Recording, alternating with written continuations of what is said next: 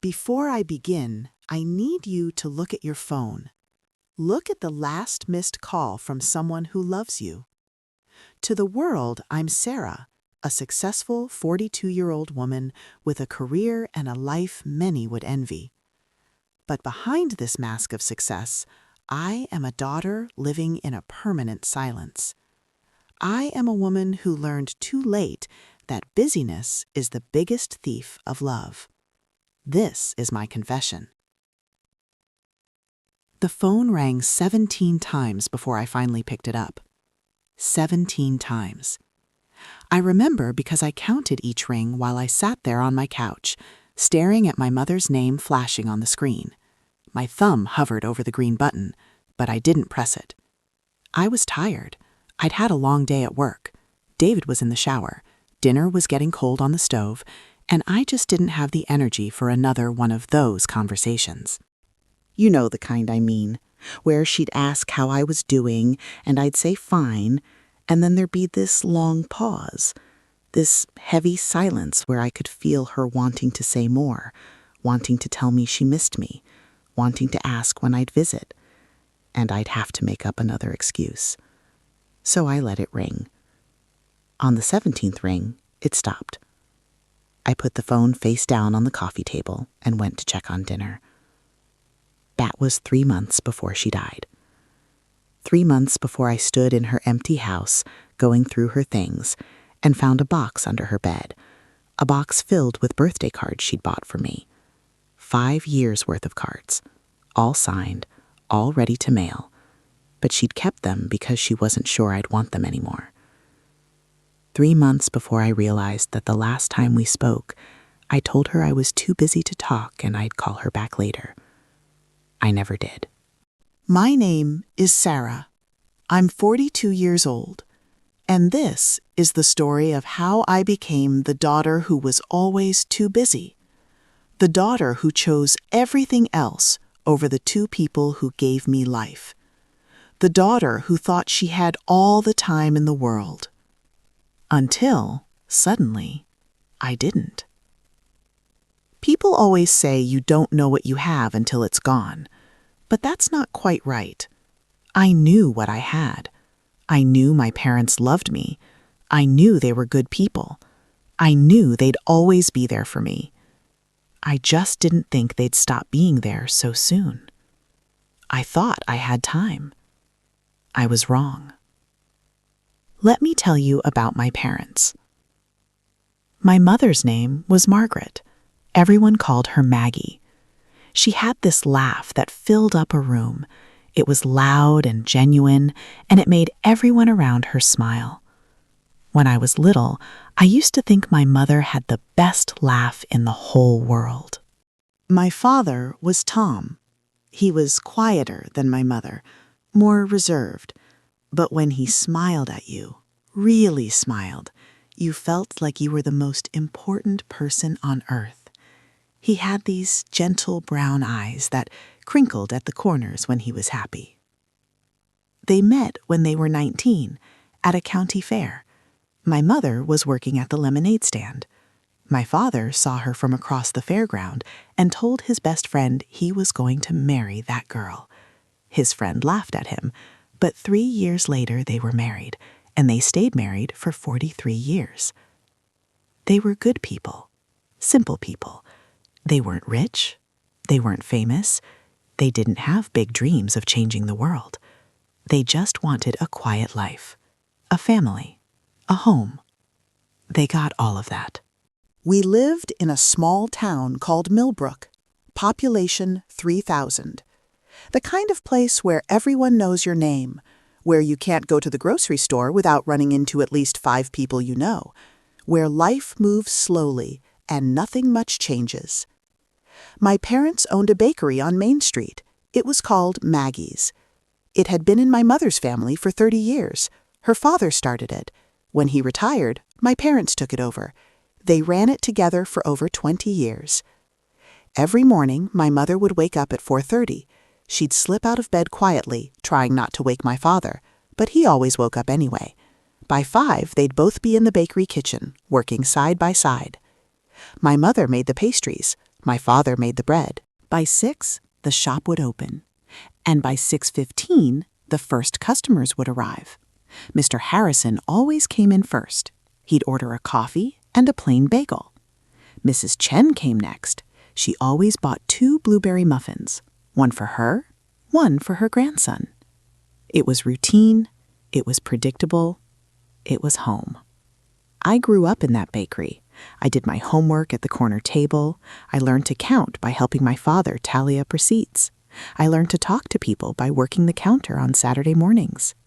My mother used to stand behind me while I served customers. She'd rest her hand on my shoulder and smile at the regulars and say, "She's a natural, isn't she? One day this place will be hers." And everyone would nod and agree. But I didn't want it. Don't get me wrong. I loved my parents. I loved the bakery. I loved the smell of fresh bread and the warmth of the ovens and the way the whole town felt like family. But I wanted more. I wanted to see the world. I wanted excitement. I wanted a life that was bigger than Millbrook. When I was 17, I told my parents I wanted to go to college in the city. My mother's face fell, just for a second, but I saw it. "The city?" she said. "That's 3 hours away." "I know," I said, "but they have a great marketing program, and I really want to go." My father put his hand on my mother's shoulder.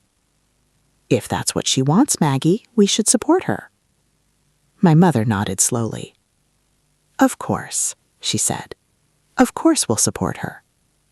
But I could hear the sadness in her voice.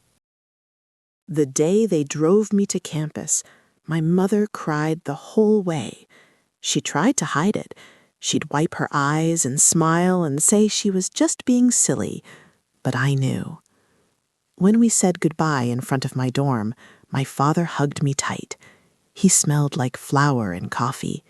He whispered in my ear, "We're so proud of you, sweetheart. Go show the world what you're made of." My mother hugged me last. She held on longer than she needed to, and when she finally let go, she looked at me with red eyes and said, "Don't forget about us, okay?" I laughed. "Mom, I could never forget about you." "I know," she said quietly, "but just in case, don't forget." I didn't understand what she meant then. I do now. College was everything I'd dreamed of and more. The city was alive in a way Millbrook never was. There were lights and noise and people everywhere. There were restaurants from every country, museums, theaters, parks. So many things to see and do. I loved every second of it. I made friends quickly. I joined clubs. I went to parties. I stayed up late studying and woke up early for classes. I was busy all the time, busy in the best way. At first, I called my parents every Sunday. We'd talk for an hour. I'd tell them about my classes and my roommate and the city. They'd tell me about the bakery and the neighbors and what was happening in Millbrook. My mother always asked the same questions. Was I eating enough? Was I sleeping enough? Was I making good friends? And I'd always answer the same way. "Yes, Mom, I'm fine. Everything's fine." But after a few months, the calls started to feel harder. Not because I didn't love them, but because I didn't know what to talk about anymore. Their world felt so far away from mine. They'd tell me about Mrs. Peterson's new hip surgery, or how they'd repainted the bakery sign, or how the high school football team had won their game. And I'd listen, but I didn't really care. I was learning about marketing strategies and consumer psychology and global economics. I was meeting people who traveled to 5 different countries. I was building a life that felt important. Millbrook felt small in comparison, insignificant. I didn't mean to think that way, but I did. The Sunday calls became every other Sunday, then once a month, then only on holidays. My mother noticed. Of course she noticed. One day she said, "You're so busy now, we barely get to talk to you anymore." I know, Mom, I said. I'm sorry. School is just really intense right now. I understand, she said, but I could hear the hurt in her voice. I'll try to call more, I said. Okay, she said softly, but I didn't. In my second year of college, I met David. He was everything I thought I wanted. Tall, handsome, confident. He came from money. His father was a lawyer. His mother was a doctor. They lived in a big house in the suburbs with a pool and a 3-car garage. David was studying law. He talked about his future like it was already written. He'd graduate, he'd join a firm, he'd make partner, he'd be successful. When he talked like that, I felt like I was part of something bigger, something better. We dated for 3 years, and when he proposed, I said yes immediately. My parents were happy for me. They really were. But when I told them about the engagement over the phone, there was a long pause before my mother said, "That's wonderful, sweetheart. We're so happy for you." "Thanks, Mom," I said. "When do we get to meet him?" she asked. "Soon," I said. "I promise." But I didn't bring David to Millbrook for another 6 months, and when I finally did, it was awkward. David was polite, but I could tell he didn't fit in. He didn't know what to say to my parents. He didn't know how to act in a small town. Everything felt too quiet for him, too simple. We stayed for dinner. My mother made all my favorite foods: roast chicken, mashed potatoes, apple pie. David smiled and complimented everything. But when we got in the car to leave, he said, "Your parents are nice, but I can see why you wanted to get out of here." I didn't say anything, but I felt a knot form in my stomach. The wedding was in the city. David's parents insisted. They wanted something elegant, something that reflected their status. My parents came. They wore their best clothes. My mother wore a dress she'd bought just for the occasion. My father wore his only suit. They looked out of place among David's family and friends. Everyone else was in designer clothes. Everyone else looked like they belonged there. My parents sat in the back row. I barely saw them during the reception. I was too busy with David's family, too busy with the photographers, too busy being the bride. When it was time to leave, my mother hugged me tight. "You looked so beautiful today," she whispered. "I'm so proud of you." "Thanks, Mom," I said. "Promise me you'll visit soon," she said. "I will," I said. "I promise." But I didn't. David and I moved into a nice apartment in the city. We both got jobs. We started building our life together. And Millbrook became something I thought about less and less. My parents still called every Sunday. Sometimes I answered, sometimes I didn't. When I did answer, I kept the conversation short. I had things to do, places to be, a life to live. One Sunday, my mother called while David and I were having brunch with his parents. I looked at the phone. I looked at David. I let it go to voicemail. "Was that your mom?" David asked. "Yeah," I said. "I'll call her back later." His mother, Patricia, raised an eyebrow. "You two are very close, aren't you?" "We used to be," I said. "It's hard when you grow up," Patricia said. "You realize your parents' lives are so different from your own. Sometimes it's easier to just move forward." I nodded, because it felt true. But deep down, something didn't feel right. The years passed faster than I realized. David made partner at his firm. I got promoted at work. We bought a house in the suburbs. We talked about having kids. We went on vacations. We hosted dinner parties. We had a good life, a successful life. But my parents weren't part of it. I talked to them maybe once every few months, and when I did, the conversations were surface level. "How are you?" "Fine." "How's work?" "Good." "How's the bakery?" "Busy." There was no depth anymore, no real connection.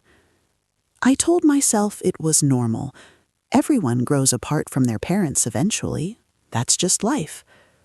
But then my father got sick. He had a heart attack. It was mild. The doctors said he'd be okay. But my mother called me from the hospital, and I could hear the fear in her voice. "Sarah, it's your father," she said. "He's in the hospital." My heart sank. What happened? "He had a heart attack this morning," she said. "The doctors say he'll recover, but he's asking for you." I looked at my calendar. I had a big presentation at work in 2 days. I had meetings all week. I had plans with David's family on the weekend. "How bad is it?" I asked. "They say he'll be okay," she said. "But Sarah, he wants to see you." "I'll come as soon as I can," I said. "Maybe next weekend." There was a long pause. "Okay," she said quietly. "Okay." "Tell him I love him," I said. "I will," she said, and she hung up. I didn't go that weekend, or the next one. I told myself my father was fine. The doctors said he'd be okay. I'd visit soon, maybe next month. But next month came and went, and I still didn't go.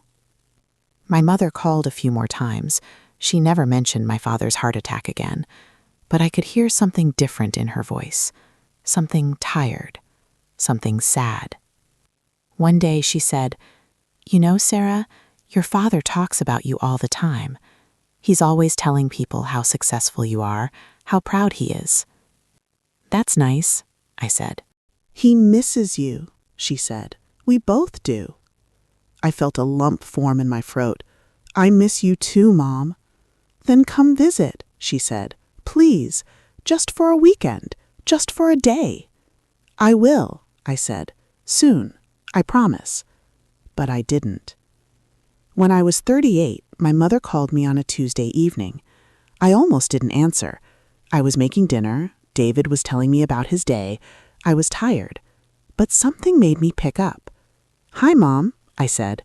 "Sarah," her voice was shaking, "your father, he's not doing well." My stomach dropped. "What do you mean?" "The doctors say his heart is getting weaker," she said. "They want him to have surgery, but he's refusing." "Why would he refuse?" I asked. "He's tired, Sarah," she said. "He's given up." "Given up on what?" There was a long pause, and then my mother said very quietly, "He thinks you don't care anymore." The words hit me like a slap. "That's not true," I said quickly. "I care. I've just been busy." "I know you've been busy," she said, "but he doesn't understand busy. He just knows you haven't called, you haven't visited. He feels forgotten." I felt tears prick my eyes. "I'll visit, I promise. I'll come this weekend." "Don't make promises you can't keep," she said, and her voice was so tired, so defeated. "We've heard that before." And then she hung up. I stood there in my kitchen, holding the phone, feeling like the worst person in the world. David looked at me. "What's wrong?" "My dad's refusing surgery," I said. "My mom says he thinks I don't care about him." "That's ridiculous," David said. "Of course you care." "But do I?" I asked. "When's the last time I visited them? When's the last time I had a real conversation with them?" David didn't answer. I told myself I'd go that weekend. I really would. I'd drive to Millbrook. I'd sit with my father. I'd tell him I loved him. I'd fix everything. But Friday came and David reminded me we had plans with his parents. "Can we reschedule?" I asked. "My mom's been planning this dinner for weeks," he said. "She'll be upset if we cancel." So I went to dinner with David's parents, and I didn't go to Millbrook. I told myself I'd go next weekend, but next weekend never came. 2 months later, my mother called me at 6 in the morning. I knew before I answered. I don't know how, but I knew. "He's gone," she said. Just those 2 words. "He's gone." I couldn't breathe. "What?" "Your father," she said. "He had another heart attack last night. He didn't make it." The room started spinning. "I'm coming," I said. "I'm coming right now." "Okay," she said, and she hung up. I got in the car and drove to Millbrook in a daze. The whole way there, I kept thinking about the last time I talked to my father. It had been 3 months ago, a quick phone call on his birthday. I'd been at work. I'd told him happy birthday. He'd asked how I was doing. I'd said I was busy. I'd told him I had to go. I'd promised to call him back soon. I never did. When I arrived at the house, my mother was sitting at the kitchen table. She looked like she'd aged 10 years overnight. She stood up when she saw me, and I expected her to hug me, to cry with me, but she didn't. She just looked at me with these empty, tired eyes and said, "He asked for you at the end. He kept saying your name." I felt like someone had punched me in the chest. "Mom, I called you," she said, 3 times, but you didn't answer. I pulled out my phone with shaking hands. 3 missed calls, all from my mother, all from last night. I'd been at a dinner party at Patricia's house. I'd put my phone on silent. "I didn't know," I whispered. "I'm so sorry. I didn't know." My mother nodded slowly. "I know," she said. "You never do." And then she walked away. The funeral was small, just some neighbors, some people from town, a few of my father's old friends. I stood by the casket, looking at my father's face, and I couldn't stop thinking about all the times I should have been there, all the calls I should have answered, all the visits I should have made. He looked peaceful, but all I could think about was my mother's words. "He asked for you at the end." After the service, I tried to talk to my mother. I tried to apologize. I tried to explain. But she just nodded and said, "It's okay, Sarah, you were busy." But it wasn't okay, and we both knew it. I stayed in Millbrook for a week. I helped my mother sort through my father's things. I organized the bakery paperwork. I tried to be there for her. But she kept me at arm's length. She was polite, she was kind, but there was a wall between us now, a wall I'd built with years of missed calls and broken promises. On my last day, I found her sitting in the living room, looking at old photo albums. I sat down next to her. "What are you looking at?" "Just memories," she said softly. She turned the page. There was a picture of me as a little girl. I was standing behind the bakery counter, wearing an apron that was way too big for me. My father was standing behind me, his hands on my shoulders. We were both smiling. "You used to love that bakery," my mother said. "You used to tell everyone you'd run it someday." "I remember," I said. "What happened?" she asked. And she wasn't accusatory. She was just genuinely asking, "When did you stop wanting that?" I thought about it for a long time. "I don't know," I finally said. "I guess I thought I wanted something bigger, something more important." She nodded slowly. "And did you find it?" I looked at her, really looked at her, at the lines on her face, at the gray in her hair, at the sadness in her eyes. "No," I whispered. She closed the album. "Your father loved you so much, Sarah, even when you stopped calling, even when you stopped visiting." Tears streamed down my face. "I know," she said, "but he needed to hear it." I wanted to argue. I wanted to defend myself, but I couldn't, because she was right. "I'm sorry," I said. She reached over and patted my hand. "I know," she said. When I left that day, my mother walked me to the door. I hugged her tight. "I'll call you every week," I said. "I promise. I'll visit more." She pulled back and looked at me with those tired, sad eyes. "Don't make promises you can't keep, Sarah," she said. "I mean it," I said. "We'll see," she said quietly. And then she closed the door. I did call every Sunday, just like old times. Sometimes she answered, sometimes she didn't. When she did, our conversations were short. "How are you?"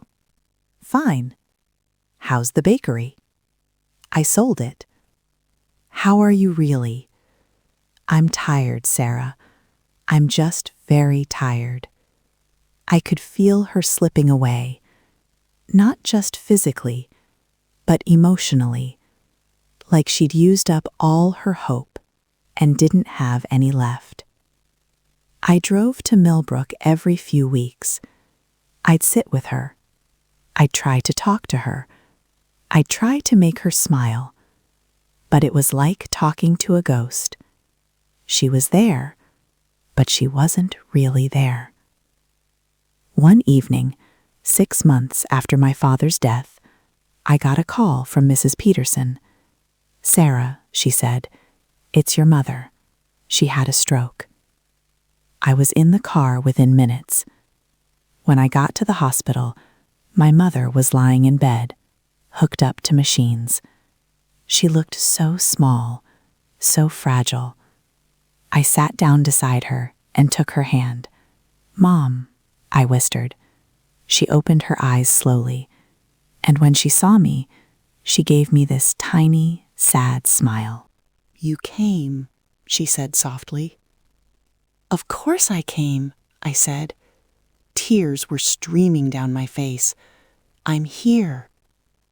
She squeezed my hand weakly. "No, I'm not," I said. "I've been terrible.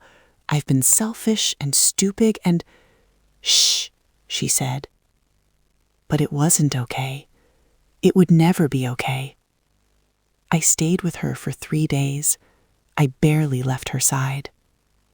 I held her hand. I talked to her.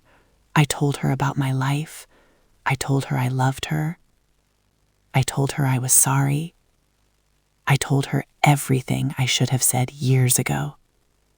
And for those 3 days, she listened, really listened, like she used to when I was little. On the 3rd day, she looked at me and said, "You have a good life, Sarah." "It doesn't feel good without you in it," I said. She smiled. "I will," I promised. "I'll do better. I'll call more. I'll visit more. Shh," she said. "Just be happy." 2 weeks later, she had another stroke. By the time I got to the hospital, she was already gone. I didn't get to say goodbye. I didn't get to tell her I loved her one more time. I didn't get to keep my promise. She died alone, in a hospital room, waiting for me to come back, just like she'd been waiting for years. It's been 4 years since my mother passed away, 4 years since I lost both my parents, 4 years since I realized how badly I'd failed them. I still live in the city. I still have my job. David and I are still married. From the outside, my life looks good, successful, put together. But inside, I carry this weight, this guilt, this regret. I think about my parents every single day. I think about all the Sunday calls I didn't answer, all the visits I didn't make, all the times I chose something else, someone else, anything else. I think about my father asking for me at the end. I think about my mother waiting by the phone. I think about all the moments I missed, all the conversations we never had, all the time we could have spent together. And I can't get it back. No matter how much I wish I could, no matter how much I want to, it's gone. A few months ago, I went back to Millbrook. The bakery is still there. It's under new ownership now, a young couple from out of town. They kept the name, Maggie's. I walked in one afternoon. The smell hit me immediately, that warm, sweet smell of fresh bread and cinnamon rolls. It was like being transported back in time. I ordered a cinnamon roll and sat down at one of the little tables by the window, the same table where I used to do my homework. I took a bite, and for a moment, I was 8 years old again, standing behind the counter, my mother's hand on my shoulder, my father smiling at me from the kitchen. I started crying right there in the bakery, in front of strangers. I didn't even care, because I realized something. My parents didn't need me to be successful. They didn't need me to have a big house or an impressive career or a life that looked good from the outside. They just needed me to be there, To call, to visit, to remember them. And I didn't. I chose my career, my husband, my new life. I chose everything else. And they died waiting for me to choose them. I can't change the past. I can't bring them back. I can't undo the years I wasted. But I can tell you this. If you still have your parents, please don't make the same mistake I did. Call them, visit them, tell them you love them. It doesn't matter how busy you are. It doesn't matter what else is going on in your life. It doesn't matter if the conversations feel hard or awkward or boring. Just be there. Because one day you won't be able to. One day they'll be gone, and you'll be left with a phone full of missed calls and a lifetime of regret. Don't wait for someday. Don't wait for next month. Don't wait until it's convenient. Do it now while you still can. My mother died waiting for me to call her back. Don't let that be your story. Please, don't let it be your story too. Thank you for staying with me until the end. If this story touched your heart, perhaps it's a reminder you needed today. We all have stories of regret, but we also have the chance to change the ending while there's still time. If you find comfort in these real-life reflections, please subscribe to our channel. Join our community as we share more stories of love, loss, and the lessons that make us human. Don't wait. Call them now.